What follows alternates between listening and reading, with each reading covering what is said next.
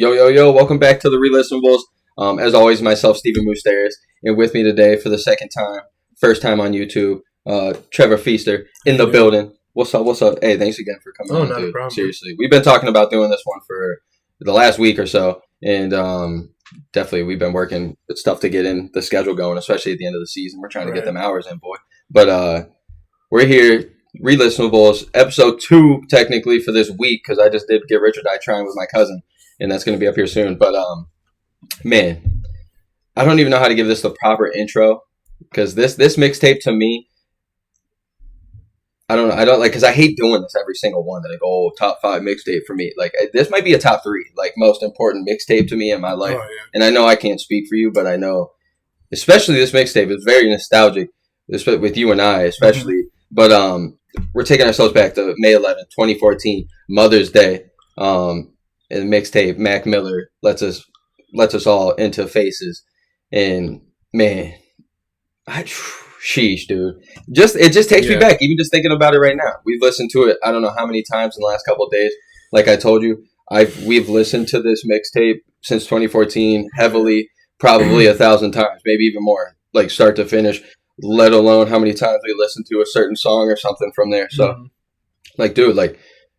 Man, replaying this back for yourself, like where did it take you this time back around? Because don't get me wrong, I know we've listened to it much, but this time around for this pod, like okay, so I want to hear, or even go back. It's wherever, because if we're in 2014, let me hear where you were at, young Trevor Pfister. 2014, like I was, we're big on the.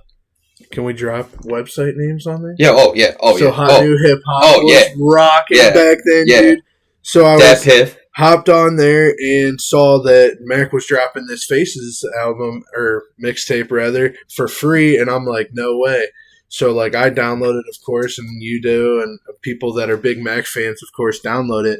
And I remember that my dad was taking me to a Tennessee trip, and I listened to it probably like 4 times on the way to Tennessee. Listened to it a million times while I was in Tennessee, up in the Rocky Mountain, or the Smoky Mountains rather. Smokies. And so, dude, I mean, and let me tell you, listen to this while you're walking through the Smoky Mountains, dude. Oh. Holy moly! Dude, listen to this. You don't even need to be on any type of drug or anything that. It's just the music. It's just so abstract. I'm happy. I'm happy you said that, because that's literally how I feel every time I listen to it. Like, I feel like I got into such a frame of mind when we were younger, like 21, 22 at the time. Mm-hmm. 21, literally 21 at the time. And maybe not even yet 20, because I turned 21 in December, so I wasn't even 21 yet. And I just remember we're out of high school, and that's kind of that crucial area where you're trying to figure yourself out and everything. And us being diehard Mac fans, like just the year before we got watching movies, and like every year before that, like we've had this is his 11th mixtape, dude. That's how crazy it is, from 2007 to 2014. So in 7 years, he's got 11 of them. And it's like, and it's nuts, because you and I grew with Mac, like from the start. Like I remember YouTube really hooked me up with him on like Senior Skip Day and Donald Trump and all the big ones, clearly. But like then you get into Knock Knock, I think was actually the first song I ever listened to him. But still, it was like, I remember this song just taking me on such a trip, dude. Like, and I wasn't even into like drugs or anything at all. And I wouldn't even know what a trip is, but like, going through life, like it's definitely, it takes you through that euphoric ass trip. And dude, even listening to it again, like there are certain songs on here that we'll talk about that, like, man, they put me in such like a frame of mind, and I can't wait to bounce some of them off you, because like you're involved with some of them. So it's like, but again too, I'm looking at this right now. Thanks again for bringing the vinyl, dude. Like, oh yeah. That's huge. Of course. Yep. Yeah, beautiful. Make sure, if you guys are fans, to go pick that up on pre-order. I actually think it just dropped, so you can get it on Mac's official website. Quite literally. Yeah. Just dropped. It's really cool. They just re-released it as an album as well, like, and then with the bonus track. But we're sticking to the 2014 24-track one without the bonus. Yeah. But we're staying true to the 2014 mixtape. And man, I just want to dive in, because here at the Relistenables, I like to say, we are huge on the intro. Like for me, I should say it's really me at the end of the day. I'm so big on an intro to anything. If you have a project coming out, album or mixtape, like the intro puts me in it lets me know where I'm about to start going. You know what I'm saying? And if it gets me into a trip, you know, I'm happy as hell. So like, we go into number 1, Inside Outside intro, like not quite Mac Miller yet intro where we got to know him at the end of his career where it's beautiful. It's like a fucking, it's like opening up like for an opera or something. Yeah, it's gorgeous. It's a presentation. This one though, short and sweet, 1 minute and 53, produced by Thundercat as well, which I thought was cool. But like, dude, like how do you feel about it? Like, where does this take you when you listen to it? So, prior to this mixtape, Mac was more of like what you would call like frat rap, you know what I'm saying? So just like real happy, like let's go party, drink some 40s. But like this album brings you into this like weird abstract art music that he is like experimenting with. He is like completely submersed himself in the music and trying to find like his own sound. And like you open up with Inside Outside, and you're just like, the way, I mean, it's simple, it's short and simple, but it's like I just can't even explain it. It's perfect opening for an abstract album as this is. It's the one thing I did take away from it, and we're gonna get into it anyway, but we just got to get into it now. Like you said, to bounce off real quick to kind of put where Mac was, because we were really good at like getting into where like Mac was, and that's why we love him so much. Like, he's open. If you're willing to listen to that man, he's gonna get you in with his lyrics because he's so intricate and he's so like deep with everything. So you feel like you know this guy, and you feel like you got like a part of him in you. You know what I'm saying? Like, no homo or nothing. Like, but you know, but it's like to look back and everything. Like, they did that little short film they just did for his like documentary thing for Faces. And they said this is right after he was touring for Watching Movies. Like, he's been super famous, super just well known at this time, blowing up. This is when he's on the rocket ship. Yeah, and then tour stops, everything stops, and he's bored as hell. He doesn't know what he's doing, and he goes into his red room, his studio, and so completely submerges himself in there from like, I think it was like 6 months or 5 months or something. And dude, you can just hear it. Doesn't sleep for like 4 days. 4 days, and it's like you literally feel it in his lyrics, dude. He puts himself in such a crazy mindset, and like, I wouldn't say crazy because I don't want to say it's crazy, but a lot of people would. Like the word I like to use is abstract. It's like it's the perfect spot if you're a creator for him. Like sarcasm in there. There's humor. There's dark zones. There's happy zones. And it's crazy because it's 2020 vision when you're looking back, and it's like to see him. We talked about this when we did Watching Movies. Was like, it's so like, if he would have died then, we would have seen it in his music, and then in this one you see it again almost, but it's like a happier vibe, like music wise, but like the lyrics is like comes out, so should have died already. Faces, you know, it's like 3 times. Like, I think like, all right, I'll talk about it now. We'll get into it now. Like, dude, I've always wondered, and do you think that he like got himself in such like a deep mindset? Because like, we see it on a couple of songs with the like intros that he's got from like different movies and stuff, talking about like on Colors and Shapes. It talks about like the mind, like you got to like completely get yourself away from everything.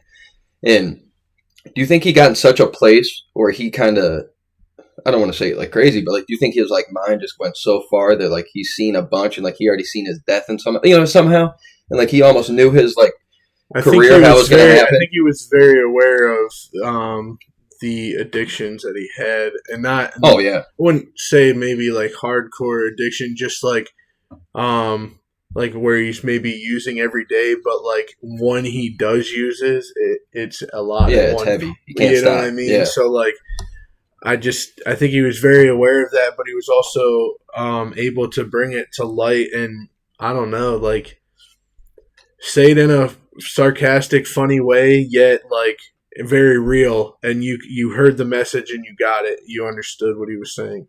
So it's just so beautiful, dude. I literally, I can't get over it. Like we've even just listening to the first couple seconds, like starting like on those songs, just like getting ready for this, right when we're sitting down, it's like it takes you into the trip already. Like you listen like the first beat, and you're like, oh, bam, I'm going. So I'm a huge intro guy. I think this intro is huge. It's to go back to that whole point. And it's definitely probably, I don't want to be a dick here because it's probably not the best intro he's ever had yet, but like in that time, maybe at that time, like through 2014, because I like Watching Movies intro and everything, but like isn't it a song? Yeah. What is it?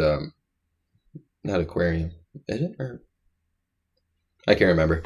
It's off the whatever. It doesn't matter. But anyway, I'm pretty sure it's just a song, and it's like kind of the same thing, but it's a longer one, and he goes hard as fuck. But Inside Outside, I love it. Are you happy with it as the intro? Like, you think anything else could have been it? No, I mean, I love it. It's a perfect. I think for me, it's perfect. It's all my homies philosophers. Yeah, right. No, we're gonna be singing a lot for real. I'm just letting you guys know, because we can't play it on here, YouTube assholes. So, we don't even own the music. We don't care about it. But so okay, so like not to go track by track here because we're gonna get into all these songs probably, like through the awards and whatnot. But like, which ones to you back then in 2014? Like, if we're staying Mother's Day or whatever that week, like or that month, whatever, the couple months, like going through it, fully submersing yourself in here. Submerging, whichever one. I'm stupid. Like, what songs stuck out to you the most back then? Like your first listen to it, like, because like I think I can definitely remember Insomniac going hard because I think we were shocked that he had Rick Ross on there.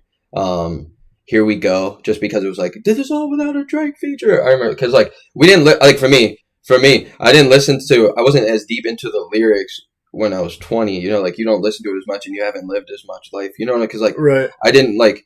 You learn way more in life about the song. The song that stood out to me was "Friends" with Schoolboy Q, dude. Because if you remember before this mixtape comes out, I think I'm trying to remember what album it was on, but he has a line that says like, "I experiment with drugs, but I'll never fuck with Ye." So like, I'll never fuck with Ye. I think that's Macadelic. So either way, like.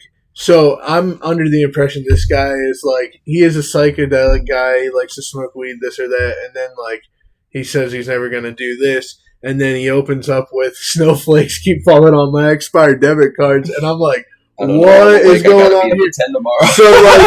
So all of a sudden I get this new like image of Mac. Yeah. And at first like I almost felt like, damn, dude, like, come on. You fell in the game. You fell. Yeah. But then, like, I don't know, the way he draws you in, he almost, like, makes light of it as a joke. And, I mean. Dude, I'm happy you brought that up, actually. That's a really good point. Because I remember. That's why we didn't hear, like. Because at the time, Mac was dropping so consistently that, like, you almost expected it every day. So, like, whenever he kind of took that break after watching movies, like, it wasn't even that long of a break. It was less than a year. Let's be real here. But, like, it was, like, 8 months or something. And it was, like. Just his little break, and I remember on Instagram like 2 days before on that Friday or something, he posted himself, said Faces dropping Sunday or Mother's Day or something, and I was like, oh, what's this? So I found out it's a mixtape on like through How New Hip Hop, digital dripped.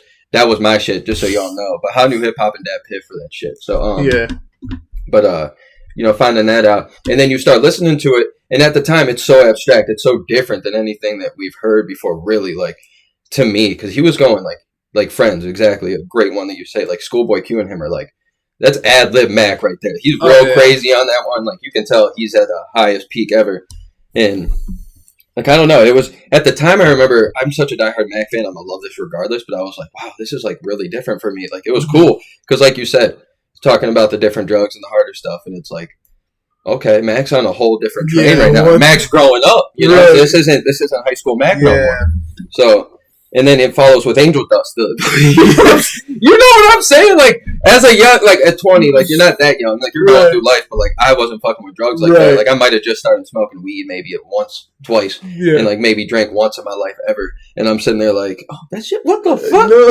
I thought the weed was crazy. Like, so, like, they hear all this shit. I thought it was pretty wild, but... Yeah. But then it grows on you so much, dude, and you become a human that doesn't judge, and you understand what goes through in life, and you're like, holy fuck, this shit is so good, dude. Like, I've always thought it was amazing. But, like, listening it through the years, it's been 7 years now. It's like, dude, like, to digest that and to break that down so many times like we do, like, I'm not kidding, bro. I listened to this mixtape throughout the year, probably at least start to finish, because I have to get it online usually. I have it downloaded, but it doesn't play in order on my actual, like, hard drive thing I got on my phone. It's stupid. But, like, I actually go on Hot New Hip Hop, like I did for this, and just listen to it nonstop. And it's like, I do that once a month, probably, easily. Like, I love all these songs. And it's like, it's a story for me. It really is. Like, it's it's a beautiful display, and like it's like no shock at all when you're hearing like Circles, Swimming, all these different albums that he's done, Divine Feminine, where they're just so perfect and there's such a beautiful story, and it's like, yeah, no shit, this man is a fucking genius. All, like, and if he ain't in your top 10, then you a racist, dude. That is the truest thing he says, man. Like, that's facts for me. I mean, I'm a white kid. Eminem's my favorite rapper. Don't get me wrong. Like, I understand. But it's like, yeah, Mac Miller is easily in my top 5 most played artists ever. And that's what Kings of Leon, that's what the squad, Cuddy, are you joking me? Yeah. If I put him up with there, you know I'm a fucking diehard. So it's like, and that's what's so beautiful about him. And I've never heard anybody not like him. I've only heard people say, I haven't listened to him. Like, I'm not going to lie to you. I just don't listen to him. I'm like, well, yeah, probably you couldn't digest what he's saying. Right. Like, I'm not trying to be like this is deep. Yeah. Bro, we just broke down Get Rich or Die Trying by 50 Cent. And that's one of the best albums of all fucking time in hip hop. And this motherfucker in this little mixtape that probably meant nothing to the rap game really, except like the diehards for him and like his friends that knew who he was the shit.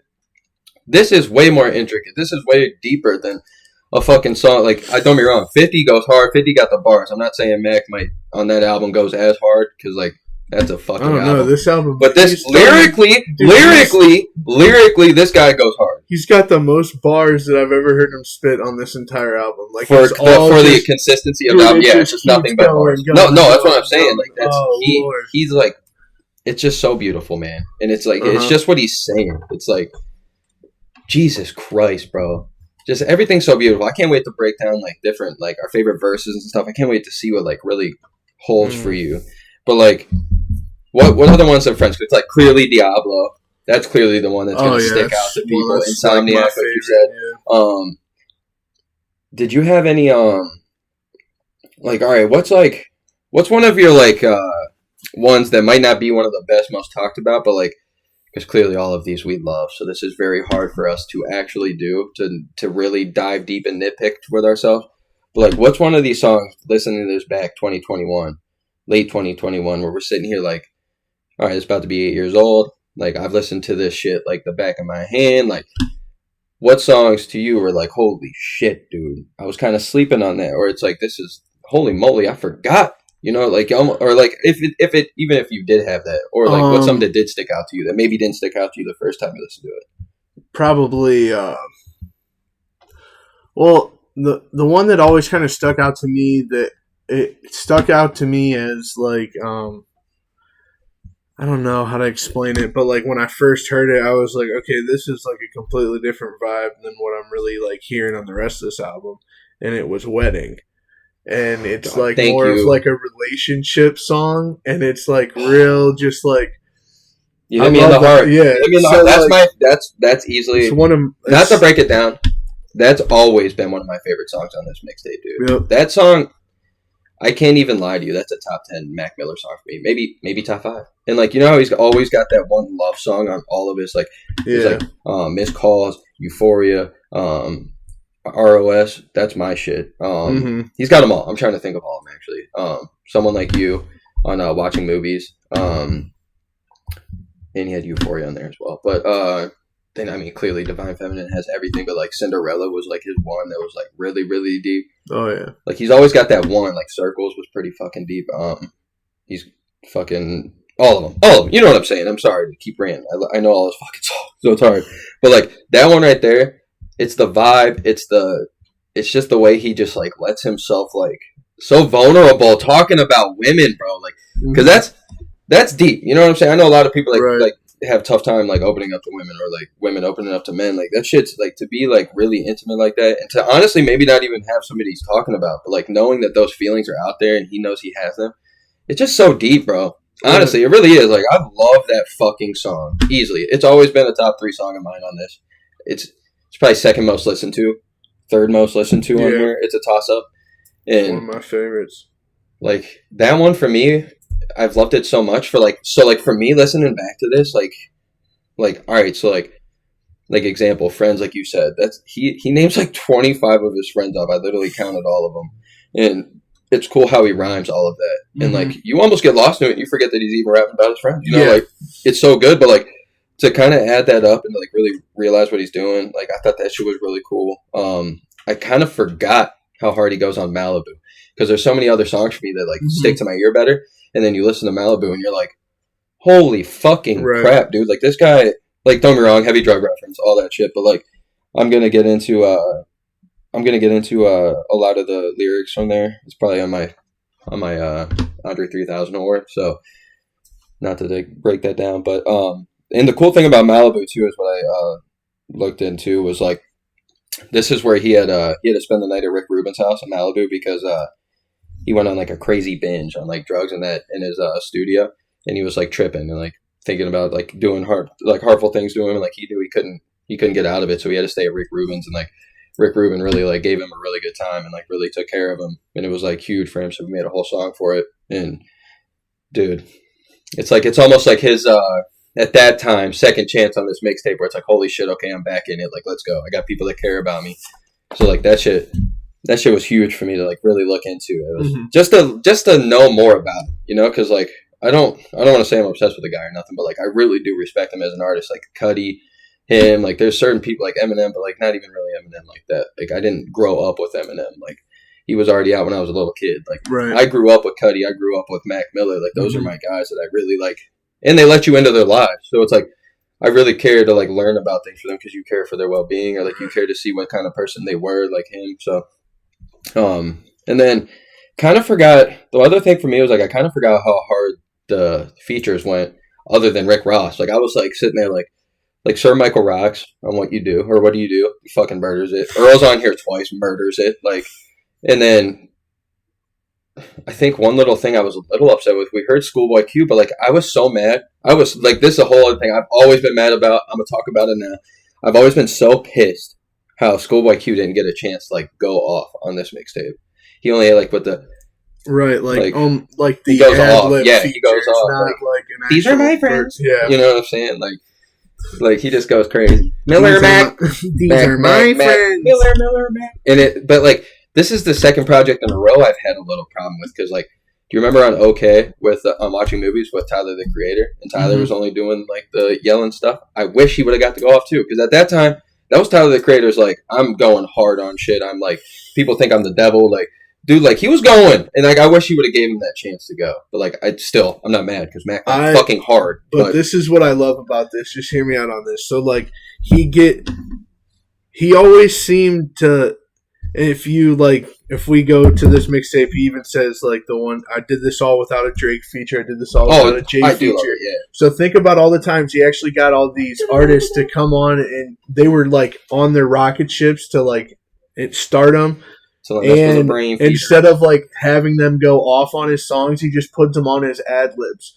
And then think about like when he does Swimming, and the one song at the very end, he's got Snoop Dogg just like, what's the use? Yeah, what's the use? Yeah. So he like gets all these big name artists to like get on his songs, but like they're just like that is minute little beautiful. Damn. If you think about it too.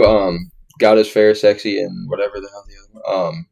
Kendrick. Yeah, Kendrick barely gets a part in that thing. You know, like he does, but it's like it's more like you're saying like, wow. But I guess it is a little upsetting that they let Rick Ross go off. Not to be mean.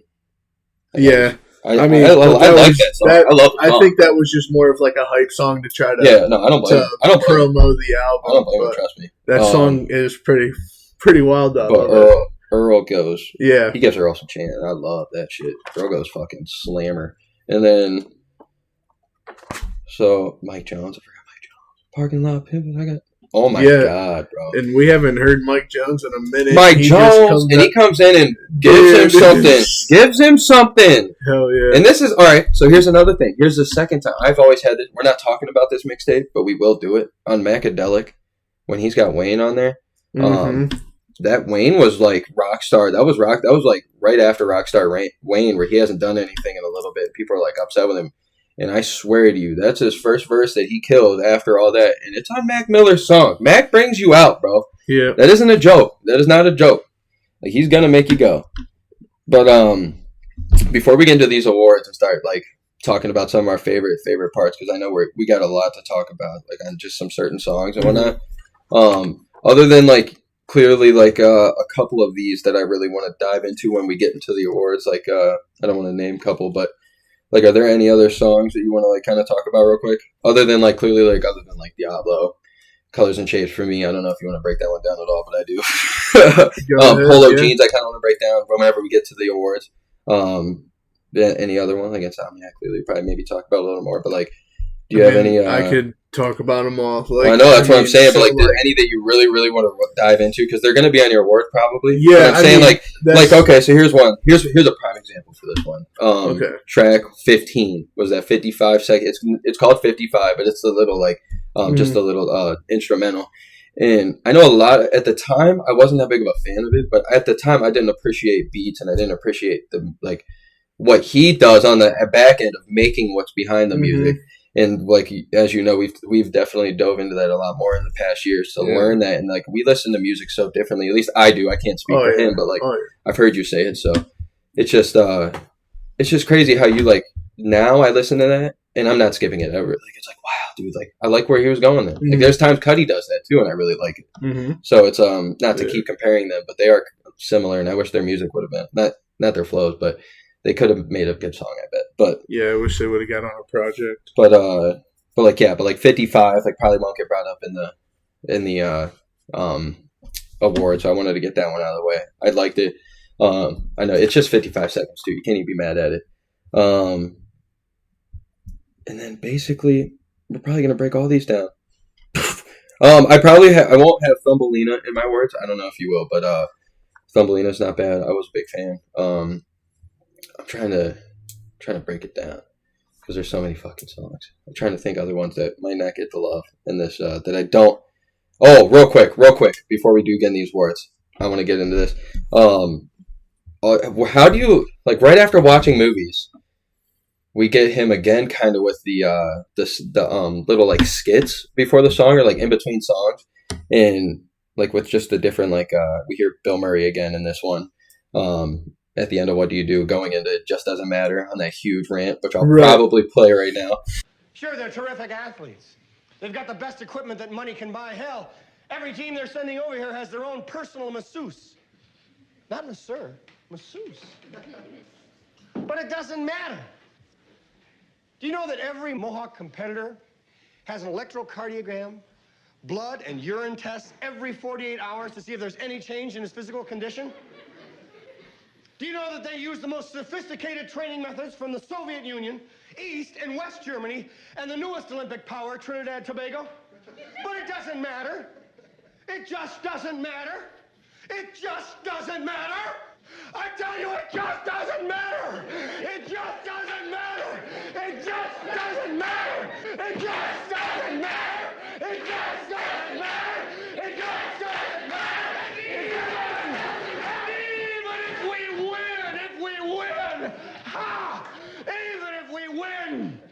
Even if we play so far over our heads that our noses bleed for a week to 10 days, even if God in heaven above comes down and points his hand at our side of the field, even if every man, woman, and child held hands together and prayed for us to win, it just wouldn't matter because all the really good-looking girls. So hopefully, it just doesn't matter. Just doesn't matter. Even if we so far above our heads, and our noses bleed for a week to 10 days. He murders it. Yeah. But I love how he integrates so many different movie. He's such a all he was doing in that studio was watching movies, drugs, and fucking making music, which was gorgeous. And that's what you hear on here.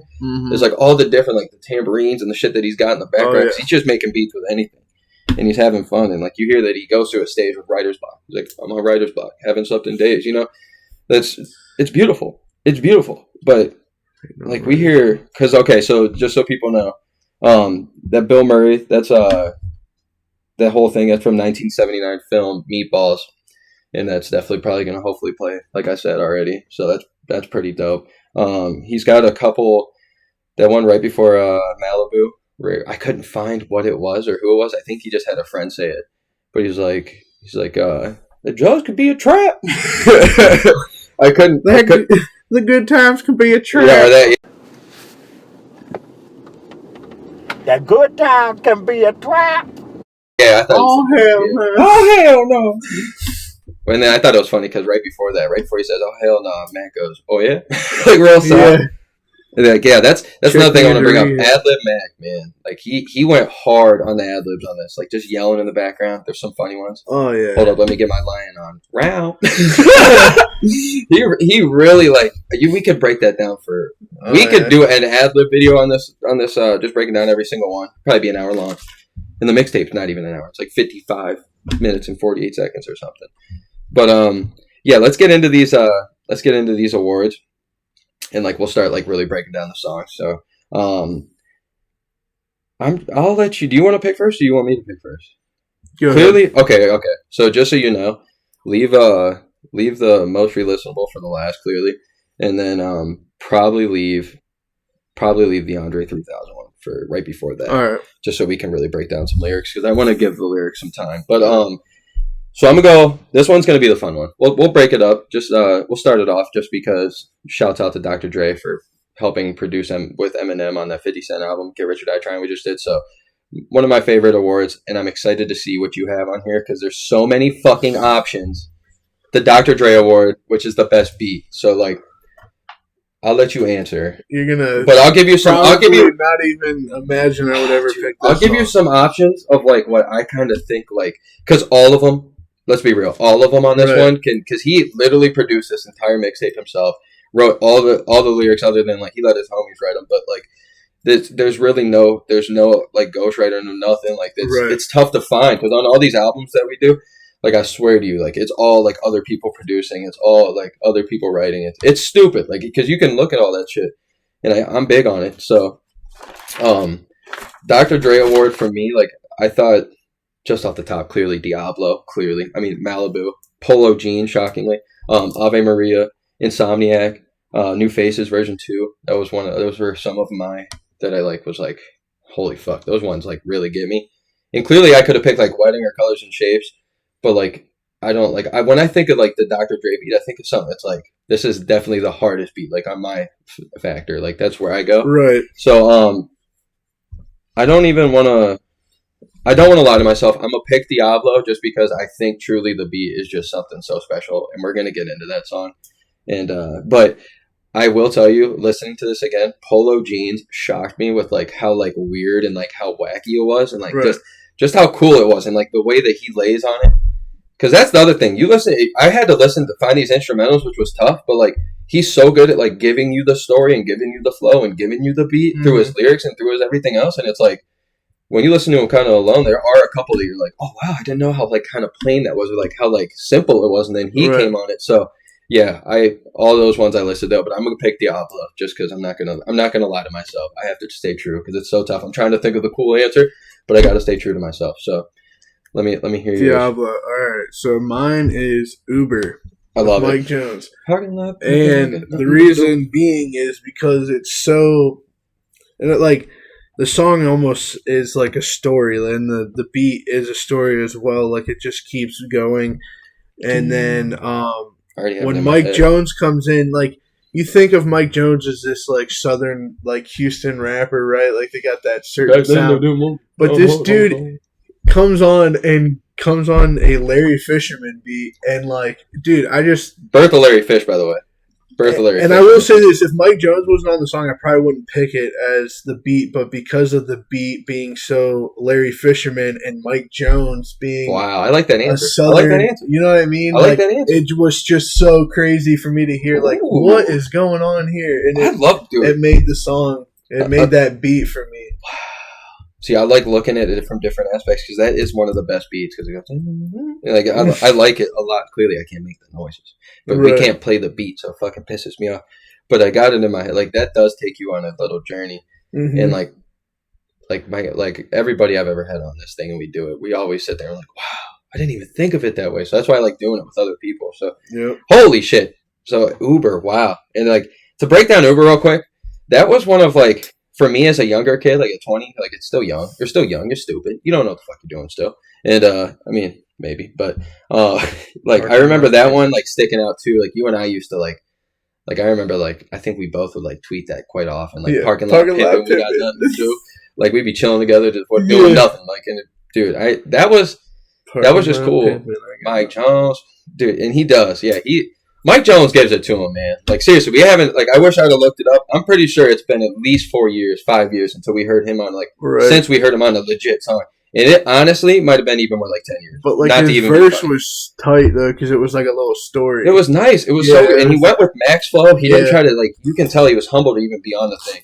And I thought it was really cool that Mac had him. Clearly, Mac had him on there because he was a big fan of him when he was younger. Oh, yeah. And I thought that shit was cool. Because an OG. Because I thought, dude, I would have had Mike Jones on a song. Dude. Like, Mike Jones, who? But, dude, no, I love that answer. I love that shit. Good, dude. I love that song, though. Anything else to say on that song? Clearly, other than, the story and everything. No. Because I don't know if it's going to come up for me on anything else. I was going to bring it up for, just maybe one of my favorite lines, the parking lot pimping. Yeah. Just for at the time, it was so big for me in 2014. Right. Because we thought we was pimps. So, just kidding. Just kidding. But, all right, go with another award. All right, so. And if you have trouble, kind of explaining it, I can do it. Just let me know.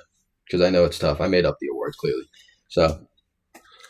I think I'm gonna go with the Jamie Foxx next. I know that's how you listed it off, but I just like the Jamie Foxx one. Just being so versatile with the way that he is, and he can be a comedian one day, and the next day he's a singer, and this day he's an actor, and this day he's Jamie Foxx. You know what I'm saying? Everywhere. So he's dude. He's no matter what mood you're in, you're gonna have a Jamie Foxx option. He's in a love movie. Jamie Foxx he can be Mike Tyson. He can be Ray Charles, he can be. He's the most versatile. So what I picked was colors and shapes, and that's just because Mac finally comes out and is more vulnerable with his singing and the beat. And if you know we're doing it. Yeah, this is the colors and shapes. This is the colors and shapes conversation right here for me. Yeah, I'm happy you brought it up. I was waiting. This song, I know I got emotional when I was talking about it. Colors and Shapes, dude. This song right here might be the best song on this entire fucking mixtape for me. And it's not probably to most people it's not the best listening, up to the ear maybe, I don't know, to a lot of people. A lot of people don't like slow Mac, so but for me, well, I guess if they're not into his voice, I mean, so let me explain this shit to you. So I have never. Because I've dabbled in psychedelics in my life, but not at this time. Oh, and this crazy. At 2014, no, I hadn't at that time. So it was that song gave me such it would maybe honestly, dude, it might be the first song that really put me in a trip. Because I remember Bitch Don't Kill My Vibe used to with its beat by Kendrick used to just because I'd be high or whatever for the first time listening to that song and it just it's it was in your head, dude. It was a perfect fucking vibe. Yeah. Colors and Shapes, dude, puts me on the perfect trip. You hear him vulnerable as fuck. I wish I could have asked him if he wrote this shit while he was tripping balls or it must have been the story he really was on. And dude, oh my god, everything he says in it is just abstract as fuck. He's talking at one point. He's completely falling in abyss. It's and if you really listen to it, it's about his struggle with his mind. Clearly, where he's literally about to fall and feels like he's losing his his actual. When he talks about the captain on this, I was just about to say it. Yeah, I was just about to say it, and it was so cool. And then clearly the captain says if you if you want me to son, if you cannot hold on to let yourself fall. That's it. Yeah. Don't let yourself. You gotta let yourself slip. And then he's like, oh, and he starts singing. But that shit, dude, I don't even know if I can do it justice trying to describe what that song does to me. For real. Because I'm that guy that likes storytelling. Honestly, that's why I like old rap. Because I those guys actually used to say a story. Kendrick says stories, J. Cole. That's why I stay true to those artists. And just even listening to them. If they're not telling a story, listening to it's going to give you a story in your head. And then they dropped that music video with Ralphie, his dog, that he had on, that he literally at the end of Diablo music video says this is for him because sadly he passed away. And that literally, it's Mac, but it's through Ralphie's body. And I'm not kidding, dude. Mm-hmm. It's almost picture for picture of what I always had in my head growing up without actual seeing it. And it was so cool to did you watch a music video? Yeah, I did. Oh, dude, it honestly made me cry the first time I watched it. Oh, yeah. Not gonna lie to you, made me cry because you that's Mac, but it's like they put so much emotion to Ralphie as well, which we knew how much that he meant to him, and just dude, it's like literally the story is so perfect, bro, and they do it so fucking well. And wow, that shit. But the intro to that, the LSD thing I was talking about, where like how to get out of your mind and everything, Have I answered the question, who am I? Well, I confront it all the time.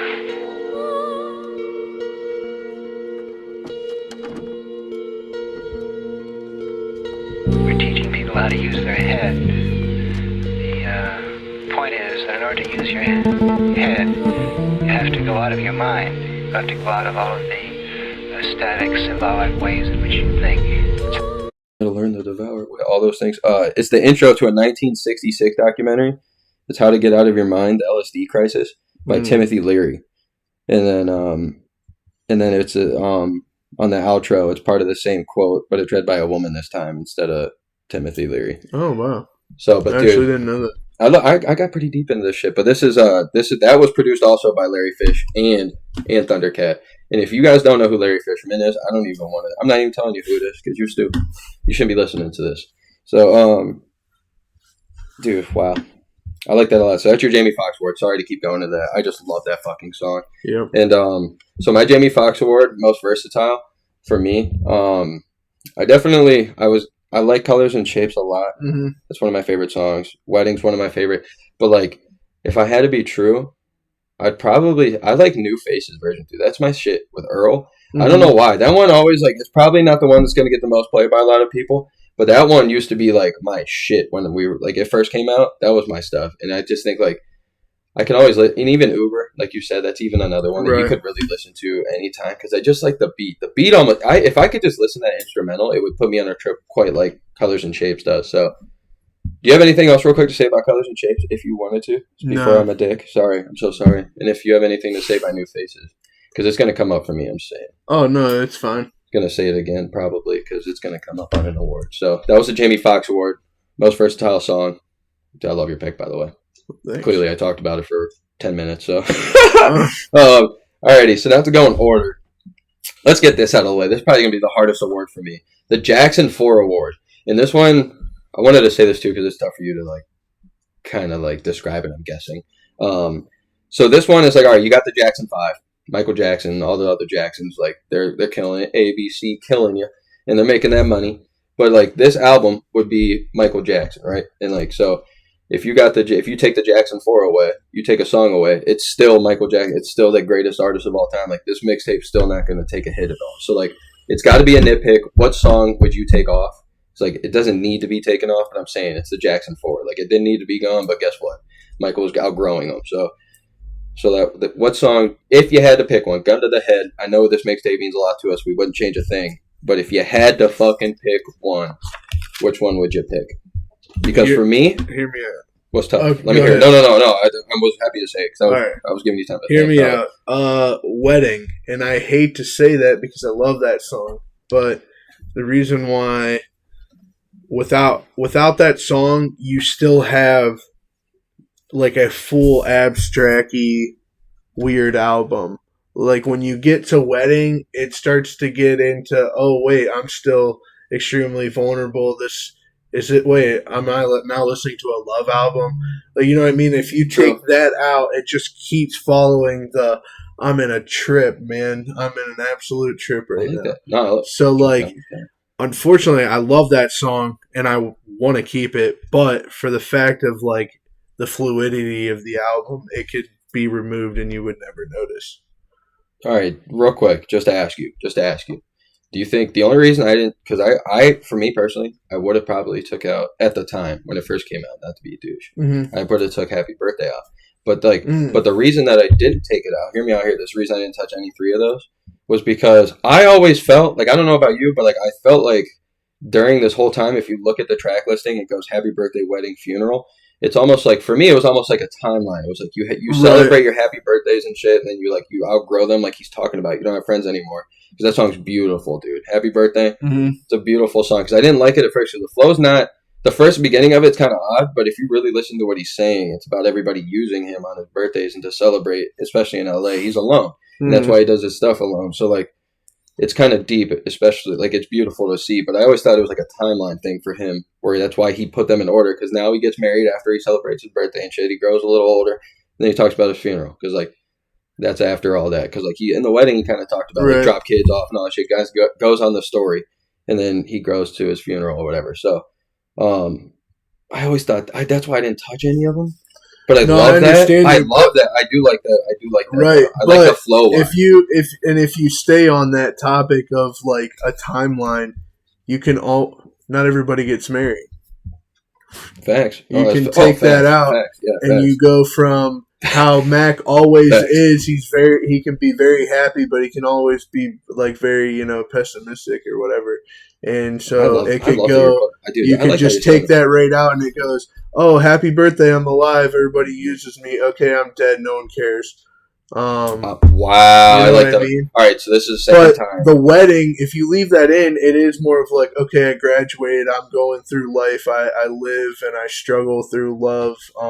And I agree. No, this is the second time in 2 podcasts now that I was absolutely mind blown, because my cousin Walt picked this for the song that shouldn't be on the album, was 21 Questions, and I was shook, because I'm like, that's one of the best songs. But then the way he described it was like, if you listen to this entire album, it's nothing but just like, you want to be a thug, like it's hard, like you're in it, and it's like, this is the one song where it's like, I think his producers made him just do something where it's like, you need to get the girls into this, right? And he doesn't think. But I was like, Nate Dogg, so that's one of the best songs on there, and that's how I feel about this. Wedding probably in my top 5. So it's like, that's why I didn't want to take it off. But when you describe it, I'm like, dude, that's actually pretty awesome, and so I love it. Honestly, I like it a lot. And then it's so tough to take any song off because they're so amazing. Oh yeah. But like I said earlier, kind of went to it. Thumbelina for me, just like, there are some amazing lines on there. Don't get me wrong, amazing lines. I love it to death. But like, just for me, I didn't think like they hit my ear the best. So that's why I can agree with that. So like for me, if that song's not on there and I listen to 23 songs instead of that, I'm like, okay, I didn't miss a damn thing. Right. So I get you. For me, I would miss Wedding. But I like how you said that, like, and the way you described it is like, as a story, right? I love that a lot. That's actually, dude, that was actually right. All right, I like that a lot. You actually blew my mind there. Yeah. So, all right, that's a Jackson 4 award. It was so tough for us to pick any songs. We don't want to nitpick. Yeah. So you pick another one. All right. I think I know what you're gonna pick. I think I'm gonna pick the Jamal Crawford 6-Man Award. I love it. I love it. That shit's tough. That's the toughest one on here, because like, I'm trying to still think of my top 5. So what do you think? All right, I mean, you want me to answer it first? Yeah, I want to hear what you got. Alrighty, I want to save our top 5 for after, but like, I'm trying to like, let me just think here real quick, because I got this one might actually be easier to pick my top 5, but it's like that 6th song, because like, there's 24 songs on this mixtape. So it's tough.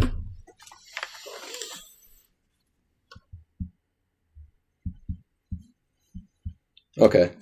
This is actually maybe a little easier than I thought. So, okay. I'm going to go, after all of it, I'm going to go, here we go. I think that's... No way. For me, it's 6. I think so. Just for me. Just because it's like... I think... That's... Are you about to say it's yours too? Yeah, that's what I had too. It, dude. See, I want to put it in the top 5, but there's so many songs on here. Right. But like, it's just how like, you can tell how much that song means to him. Yeah. This is the conversation. I did it all without a J feature. I did it all without a Drake feature. I did it all without a Dre feature, and I did it all without a J feature. You hear it all, and it's like, it's just like, and you hear it because it's true. He did this all. Let's not fucking forget, this dude's one of the first fucking solo artists out there without a label to go out there and just kill it and just sell everything. Like, yeah, he made a label. You know what I'm saying? Like, that's how he's gonna do it. And the guy's the smartest. He literally carved the path for so many artists, and it's gorgeous, dude. And people don't talk about it. Mm-hmm. Like, and it's really upsetting. I'm serious. And you can hear it in like when he passed away. Like, you've seen how much it like really affected some artists, but like it's clearly. I actually saw a video last night of Logic talking about it, crying, and he put it in it because if you Logic, listen, he was like, "Man, I just think it's so annoying about this Mac thing. Like, he dies and everybody acts like he's the golden child, but like if you like." Facts. Real hip hop people like us in the industry, we knew how dope he was. Like, well, like why didn't we tell him how? Like, why couldn't we have said this when he was alive? Like, why are we treating him like this now? Like, he's always been dope. Like, he's always been. And he's literally in the go into that kind of, because Logic's that same way, and Logic's used a lot of his beats and shit on the Young Sinatras. So I thought that was beautiful. But like on Here We Go, it's literally a fuck you to the industry. It literally is, like we've been talking about. He's like, he said, I didn't know like whatever until I messed with a brain feeder, calling all the rappers brain feeders, which was gorgeous. And then that's where he finally says, if I ain't in your top 10, then you were racist. Which and I'm trying to be a legend by tomorrow. Like that whole thing, we could read it all, right. Which it's gonna make an intro here. But I also liked how in the beginning of it, it begins with a paraphrased version of Oath of the Knighthood from a 2005 film, Kingdom of Heaven, which is said by Liam Neeson and Orlando Bloom later in the movie. But be without fear in the face of your enemies. Be brave and upright, that God may love thee. Speak the truth, even if it leads to your death. Safeguard the helpless and do no wrong. This is your oath.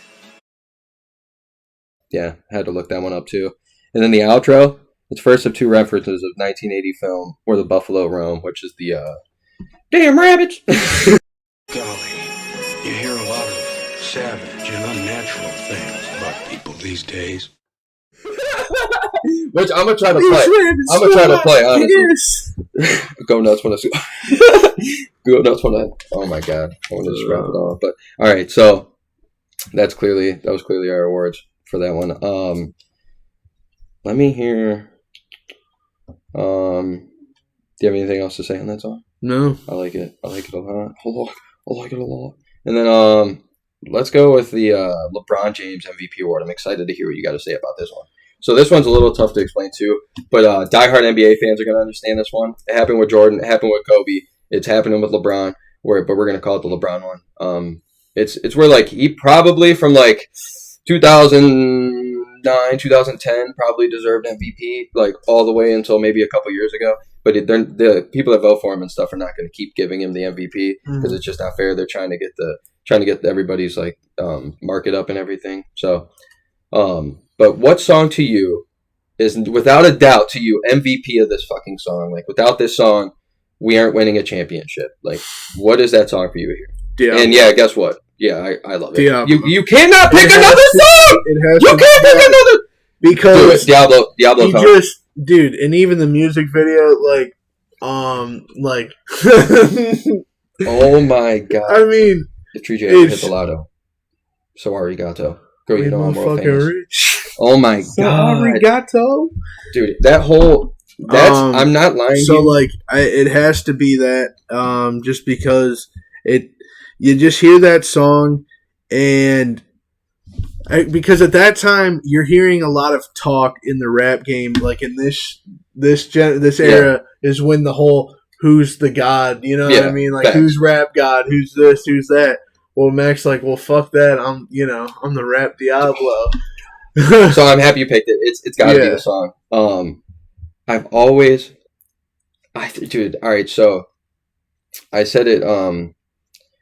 Like In the Club was MVP for 50 just because what it did for him and his stardom, and that song was probably like one of the biggest songs ever in the early 2000s ever. Like the song was huge. You remember that thing taking over, and then all those songs in there are hot. This right here is like where. This is like Eminem's "Lose Yourself" to me. I'm not trying to be funny. No, I really think this is the peak Mac Miller performance of all time. I think his creative space, his play on words, it's literally the greatest song I think he could have ever done ever. Like, don't get me wrong, project wise, he still went on to kill it, make better projects. But I'm talking a frame of mind at the peak of his like creative mind. I think that was it. I'm not trying to be funny. Like, that's probably Mac Miller's best song. Oh, yeah. Easily.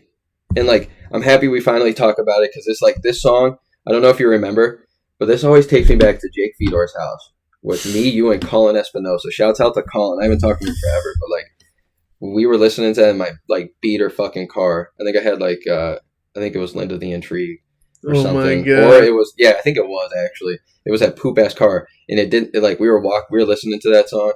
Like the entire way there because we had to pick everybody up and we rode there. And then my car died because ran out of gas. And then, but we were, I forget who took us to the gas station, but we were listening to that, like literally listened to the song the entire time.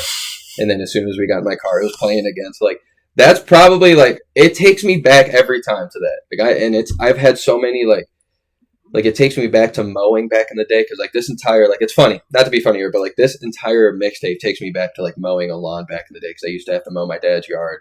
And this was when this mixtape was out. So it's in my head playing. Yeah. And clearly R.I.P was clearly going to get, it's only an hour. It took me about an hour to think through, like, so it was literally perfect timing. And that was about halfway point where you're into it. And you're like, oh yeah, I'm into the music. Oh yeah. It just sets the tone. Dude, that song, we're gonna read the lyrics off because it's probably gonna win one of the awards for the Andre 3K award, I'm guessing. But that entire song in total, like, I'm gonna put the lyrics up, don't worry, because I just think that, like, it's so beautiful, bro. Like, it's probably, like, not to even be funny, like, no, like, I clearly in my life this is a biased thing to say, but I'm saying, like, for like true hip hop heads and like true fans of like music, this has to be in there in like a top 150 song of all time. Like, not to even be funny, maybe top 200, but not all, like, of all songs ever. I'm talking just rap songs. And I really think that. And I'm not even trying to be funny. Like, clearly you and I are probably thinking like, oh, top 10 song, but like, I'm saying, like, truly break down everything. Like, you take all the Tupac, Nas, 50, Eminem, you take all of them, like Jay-Z, you take all of them. And it's like, I'm telling you right now, this song, bar for bar, up there with any of song you could give me. And I feel like it's facts. Yeah, I think so. And if you don't believe me, I'd listen to it and tell me. Like, you literally listen to that song and the wordplay is so fucking dumb. Like, it's not dumb. Like, it's just stupid. It's amazing. It's literally. Strong arm him like I play the trumpet. There's so. Oh my god. The bottom barrelless society. Oh my god. I told my bitch if she don't love me, then just lie to me. I'm finer than the winery. Oh my. Taking from the rich, this is piracy. Finally. I don't even need my fucking eyes to see. Oh my goodness, dude. Yeah, I mean, just come and die with me. Because guess what? Because everybody got dead home. Oh my god, I'm like, a dead homie. That's so true. I mean, think about it. But yeah, to go into it again, this mixtape is heavy. Like I said in watching movies, it's heavy. Like, if he died right after this mixtape, you're not shocked. Just saying. The drug references and stuff, you're not shocked. So, anything else to say on Diablo? Because we're going to read some lyrics off, I'm guessing, because I'm going to have some for you. Fucking legitimate. Alrighty. So we've got... Oh, we got two. Did we say? Okay, this one's tough.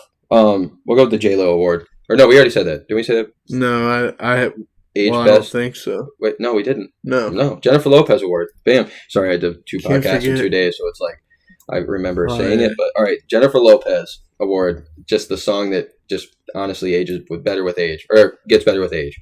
Because, I mean, Jennifer Lopez at 21, sexy. But Jennifer Lopez at 50, come here. I can't live right now. I'm about to bust quick, though. So, like, don't be mad. But round 2, no! Come on! No, still going to bust quick. Round 3. Round 3, I got you! Oh, my God! That's what I'm saying. Round 3, I got you. Round 3, I got you. So that's how I describe it. What song that you listen to today?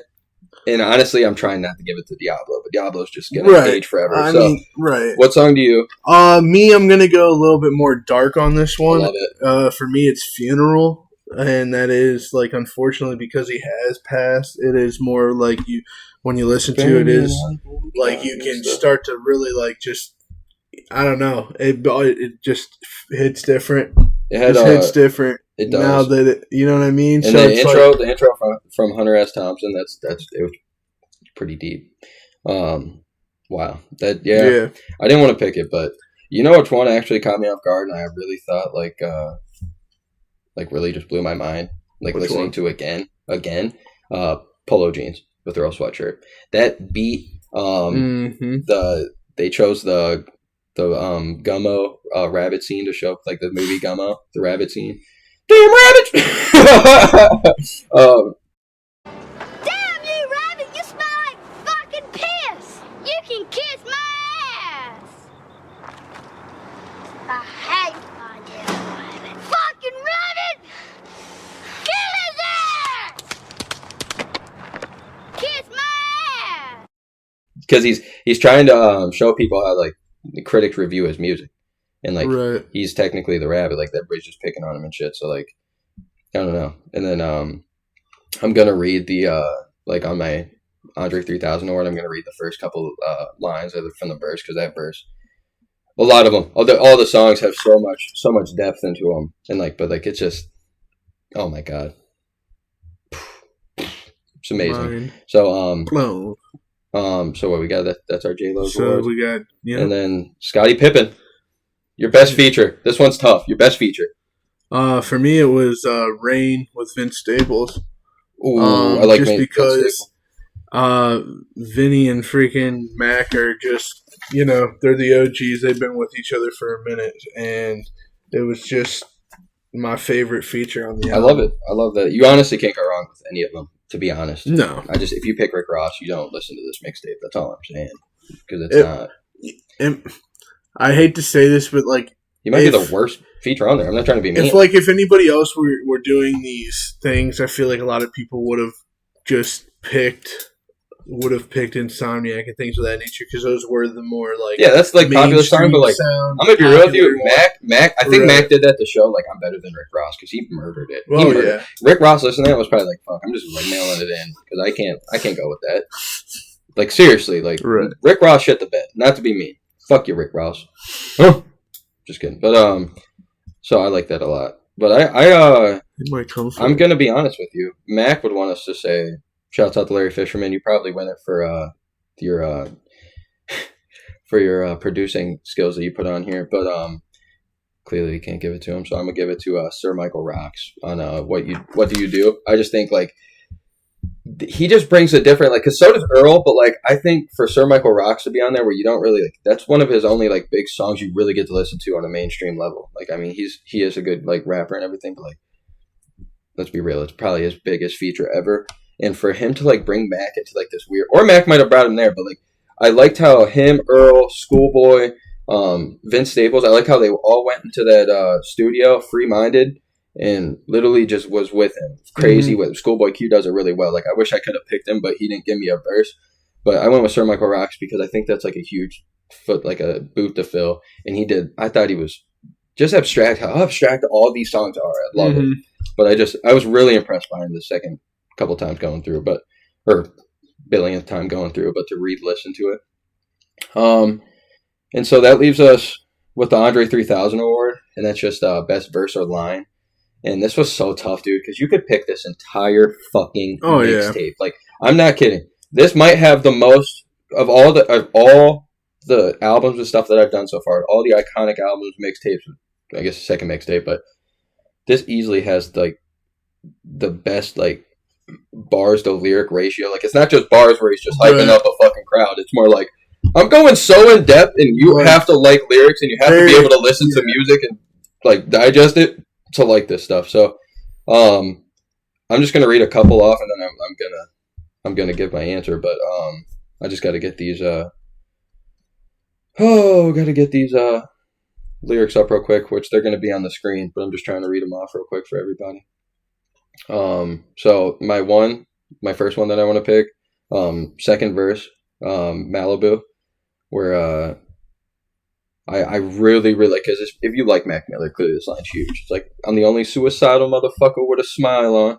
Let's hold hands and sing the Bible. That's a violent song.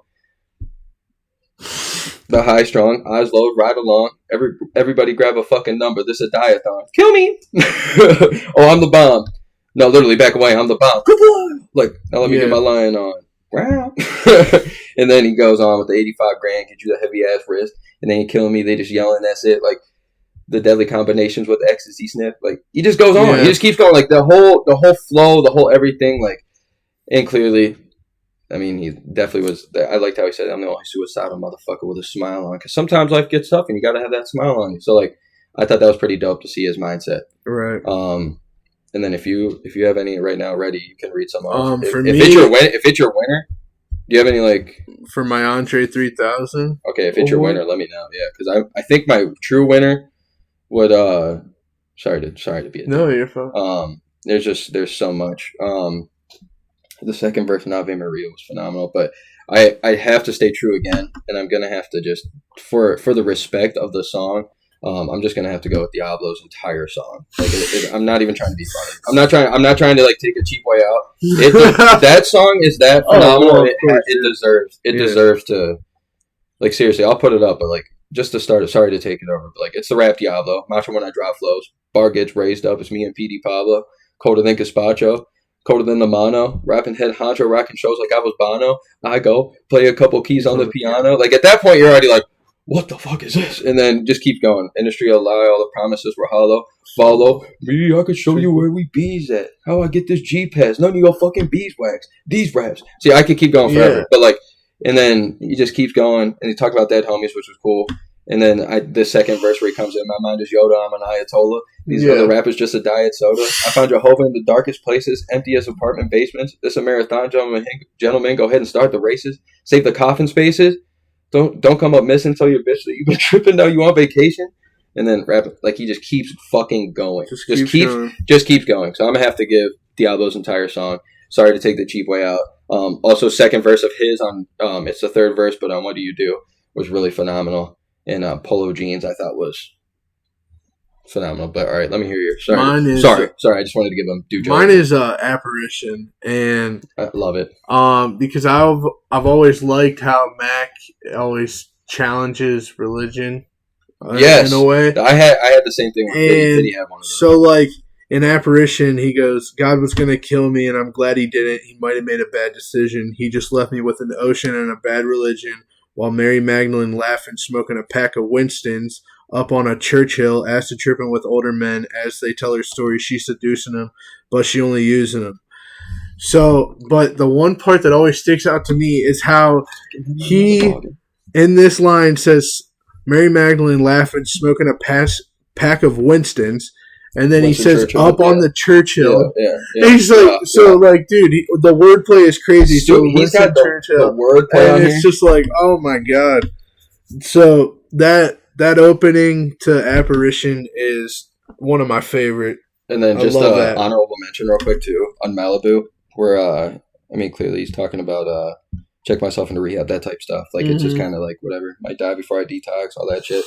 But, I really liked how he said, kill me now if I did it all for hip-hop. And then that whole line where it's, we keep chiefing while police watch, lost in vibration, sirens blowing up the weed spot, Heisman hopefuls all growing up to be cops, chasing gangsters, but they'll never find the G-spot. Oh, my God. Are you fucking kidding me?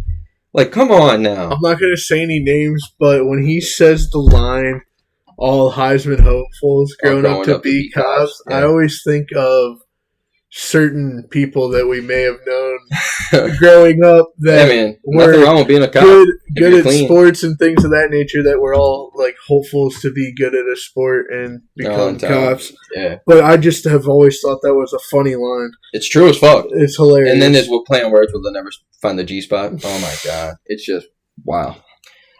Any other because clearly this entire fucking mixtape, we could break down every single song, give it a true award for like best verse, best line.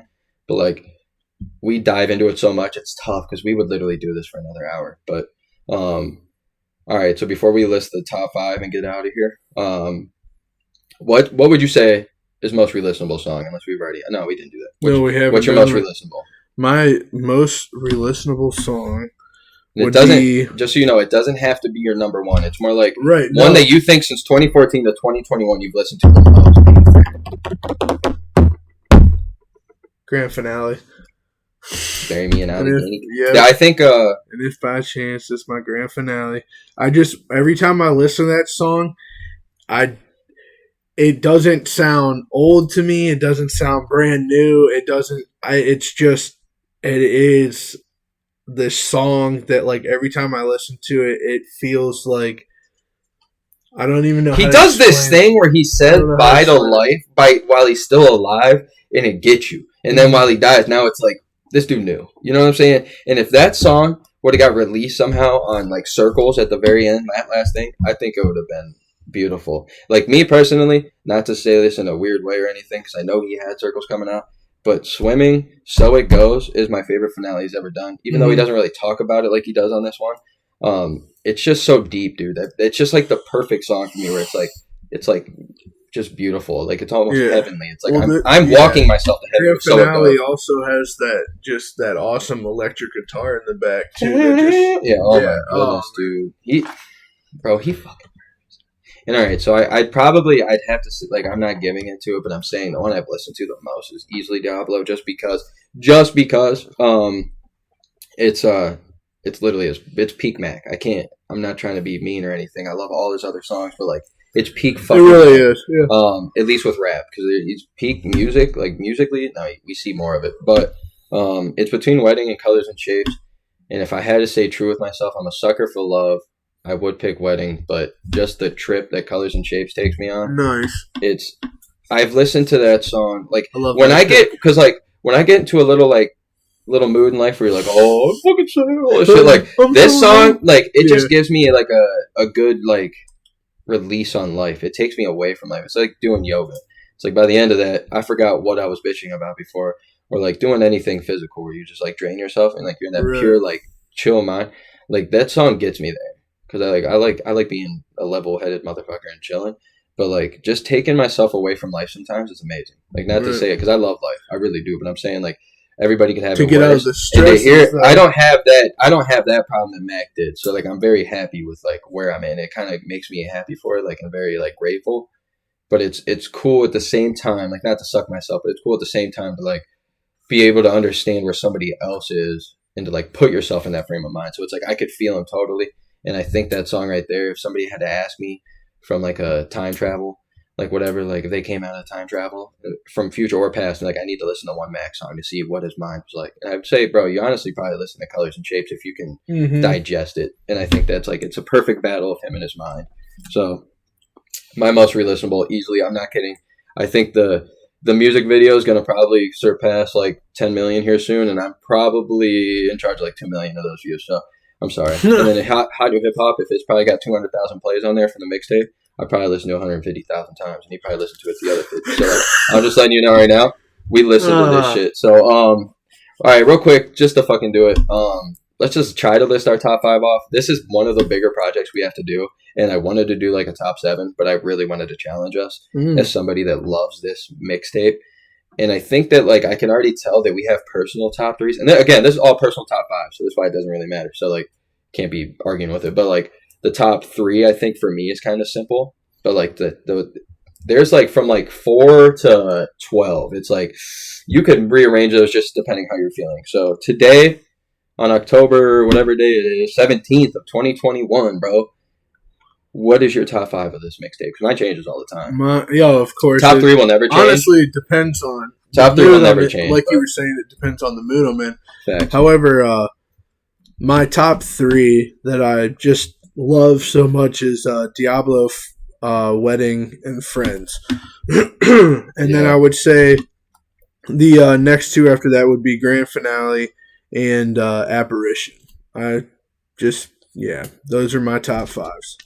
I love that. Yep. So I'm actually trying to take myself back here to 2014. Sorry to be contradicting, but my top 5 then. I'm trying to play these against each other. Top 5 2014 was probably had to be Diablo. Diablo's always been number 1, and then I think it was probably Wedding because I didn't really get on Colors and Shapes for a while because it's like so deep. So like it wasn't Wedding, and then probably at the time I couldn't be funny. It'd probably be like Insomniac maybe because it was a fucking fired beat at the time. And then I'd probably have to go 4. New Faces version 2 was, to me, bro, I don't know what it is. That song just gets me. And then it would be between like Malibu or like Polo Jeans, maybe. So but now it's definitely the top 3 goes. It's going to be Diablo, number 1, 2, Colors and Shapes, 3, Wedding, 4, New Faces version 2, because I just love the beat on that. Something does it to me. And then, dude, I'm probably going to have to go. I like Malibu a lot, dude. It grew on me so much. That and Polo Jeans grew on me so much. But like, this is why I'm and also to your top 5. Here we go. Also is phenomenal. Like it's just what it means to him means a lot. But I put that as my 6th man clearly, so that's why I couldn't take it. But that's number 5 is Malibu, just because, dude, it was one of those ones I kind of maybe like didn't hear it all the way. Like I listened to it, I loved it, I listened to it all the time. But like to actually like digest this album and break it down and look everything up and like found out that story about Rick Rubin and why he made the song, it's like to listen to him bars on bars on bars, and it's just it's beautiful. It's beautiful to me. It really is. So, and we all have those, like, and then we honestly, dude, every fucking song on here, you can put Inside Outside in the top 5. Here We Go top 5. Friends in the top 5. Angel Dust, I could see people putting in the top like 6. Malibu top 5. I wouldn't be mad at you. I'm kind of shocked between you and I, because I remember at the time It Just Doesn't Matter was a huge play for us growing up. Oh yeah, because like it was just the Bill Murray's lead up to it, and then I always love that mindset in life. It just doesn't fucking matter. So who cares? So, but anything at all to say about this mixtape, dude? I'm so fucking happy for you to come here. Thank you so much. Oh, not a problem. I appreciate you having me. I wanted to get like accolades and shit like I do for the albums, but mixtapes don't sadly get that shit released. So I know this thing doesn't have. It's not going to break records on downloads and releases and shit. Now it will when it's released on Apple Music, but this mixtape what we're talking about, probably I wouldn't be shocked at all if it didn't get like I'm not trying to be mean here, but like 500,000 downloads, I'd be shook. That's a lot. That's a lot. Because there's not many people that listen to this mixtape. Yeah, I don't know. So it might be. I wanted to say 250, but I think like 500 throughout the years. But like at the time, it was easily under 100,000 downloads. It's very underrated, very low. So like, it's not like I could read off accolades or like what it deserves. Maybe if we ever re-listen to it, because maybe we'll do the album version in a couple years or something. Because I do like to talk about the extra bonus track, but yeah, dude, I just I don't want to underestimate how much this mixtape really meant to me growing up, like, and especially with you at the time. Like, we had a lot of times with this mixtape, and literally a lot of people love this mixtape. And and it's honestly, if you're a Mac fan, a true Mac fan, this might be your favorite project of it. Just saying, I'm not. If I meet you, and I'm like, hey, what's your favorite Mac? Oh, you're a Mac fan. What's your favorite project? And you say Faces, I believe you. Unless well, maybe not now because the album just released and shit. Maybe it's a little. But I'm saying if I did meet you and you said Faces, which never happened to me unless it's just him, like I know you're a Mac fan. We're not even gonna. I'm not gonna. Well, at this point, we're gonna have to. Now it's gonna be like if you tell me Macadelic, all right, I probably or believe you. Or if you tell me like Larry Lovestein. Oh, Larry Lovestein. Like if you tell me, I'll do a little 20-minute thing on Larry Lovestein if you want. Is your favorite album? I'll believe you. Dude, yeah, if you say Delusional Thomas, I'll be like, I definitely believe you there. Right. So, yeah, I would totally do a Larry Lovestein little 20-minute re-listen. I love that. I listen to that on the daily. I'm not kidding. I love that shit. It's I'm gonna be honest with you. It's not my favorite, but 3 out of the 5 suck.